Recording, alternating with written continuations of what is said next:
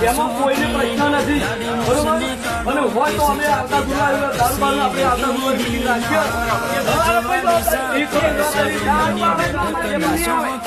બંધ કરવાની ઈચ્છા હોય એ મીટિંગ કરી અમે પાછા એક કમિટી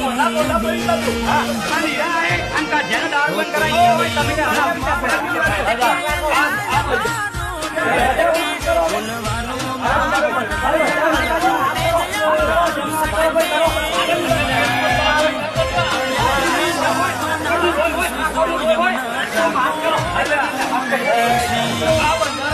લાગુ કર્યું બરોબર છે ભગતે